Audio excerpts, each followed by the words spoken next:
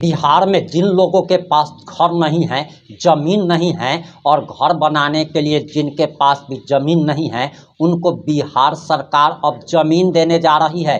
और इस पर मंत्री संजय सरावगी ने बड़ा खुलासा कर दिया है कि आखिर किन किन लोगों को ज़मीनें मिलेगी, इसके लिए क्या पात्रता होनी चाहिए। और इतना ही नहीं, ज़मीन सर्वे पर भी नया अपडेट आ गया है। और आखिर पूरा मामला क्या है, पूरा मामला इस 4 से 5 मिनट की रिपोर्ट में हम आपको बताने जा रहे हैं।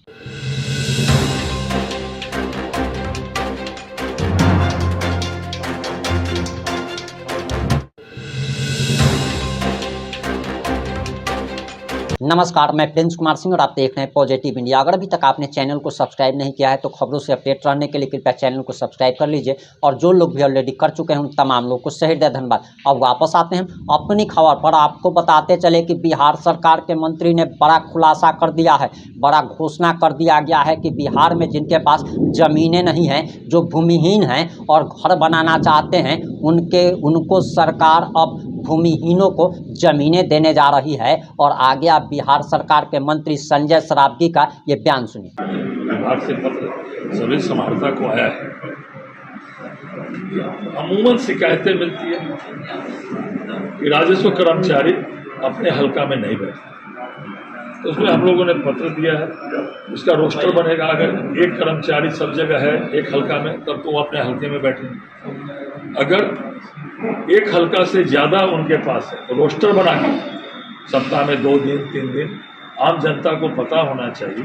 अगर एक हल्का से बेसी वो 4 दिन, क्योंकि राजस्व कर्मचारी का पिछले दिनों में 32 का बहाली किया और जो बाकी है उसकी भी बहाली की प्रक्रिया चल रही है। तो जहाँ कमी है वहाँ अगर एक हल्का से ज़्यादा है तो वहाँ भी जो है आम जनता को पता रहे कि हमारे हल्के में राजस्व कर्मचारी कब बैठने वाले हैं। ये भी हम लोगों ने कई जगह देखने को मिलता है कर्मचारी की जगह उनका प्राइवेट मुंशी जैसे वो कार्यालय को संभालते हैं। ऐसी शिकायतें मिलती है, हम लोग कार्रवाई भी करना।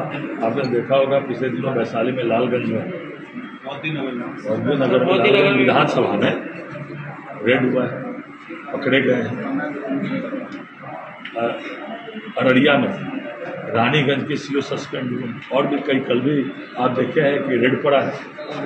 इसलिए जीरो टॉलरेंस सरकार की नीति है माननीय मुख्यमंत्री जी, और उस पर जो हमारा विभाग काम कर रहा है, कहीं भी गड़बड़ी की शिकायत मिल रही है उसमें हम लोग खाता खेसरा अंकित नहीं रहता है, सिर्फ रकबा रहता है, जो कि अक्सर पुराने में देखा जाता है कि सिर्फ रकबा रहता है। वैसे परिवार उसको भी मैंने कहा रद्द कर दिया जाता है।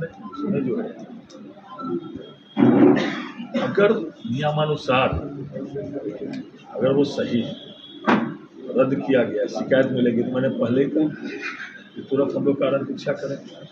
ऐसी शिकायतें आ भी रही, तो इसी कारण मैंने कहा ना 152 लोगों को, अधिकारियों को, तो हमारे विभाग के अधिकारी पिछले 1 साल में उन पर कार्रवाई की, आगे भी कारण पीछा की जा रही है। इसीलिए मैं आपके माध्यम से भी अधिकारियों को कहना चाहता हूँ, अगर खाता किस तरह, इसीलिए परिमार्जन प्लस क्यों है? परिमार्जन प्लस की व्यवस्था इसीलिए की गई है कि परिमार्जन प्लस के माध्यम से जो है आम लोगों की जो त्रुटियां हैं उस त्रुटियां में सुधार हो, इसलिए परिमार्जन प्लस है। और मैंने विभाग को यह भी निर्देशन किया है, विशेषकर अति पिछड़े समाज मुसलमानों के हित में है, मुस्लिम महिलाओं के हित में वक्फ बिल है, ये लोग दिग्भ्रमित करते हैं। मंत्री जी, कोलकाता में जो चल रहा है कोलकाता में जो चल रहा है, जो विरोध चल रहा है कोलकाता में, उसको लेकर क्या कहिएगा?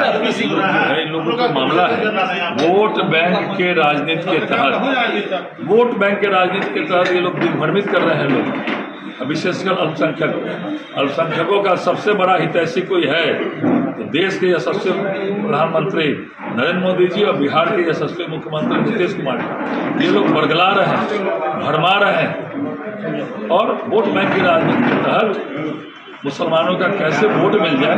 लेकिन देश के यशस्वी प्रधानमंत्री जी सबसे बड़े हितैषी आज उन्होंने महिलाओं के लिए क्या, मुसलमान महिलाओं के लिए कितना सारा काम किया गया। उसमें हम लोगों ने एक सर्वेक्षण कराया है पूरे बिहार में 1,24,000 सभी पंचायत मिला के, उसमें पोर्टल है जो भूमिहीन का सर्वेक्षण हो रहा है, उसमें 1,24,000 भूमिहीन का जो है उसमें सर्वेक्षण करके डाला गया, पदाधिकारी जो कर रहे हैं उसमें भी कहीं कहीं कुछ त्रुटियां हैं। तो उसमें हम लोगों ने उन त्रुटियों को भी कहा है कि उस त्रुटियों को भी सही करिए, या किन्हीं को अगर मिला हुआ है फिर से डल गया, या किन्हीं को ज़मीन है या कोई पैसे वाले हैं, तो उसको हम लोगों ने 1,24,000 पूरे राज्य में ऐसे सर्वेक्षण के दौरान ऐसे है, उसको भी जांच किया जाए। आपने पूरा बयान सुन लिया होगा। अब इन सारे बयानों पर आपकी क्या प्रतिक्रिया है, अपनी प्रतिक्रिया जरूर दीजिएगा। जुड़े रहे हमारे साथ। जय हिंद, जय भारत।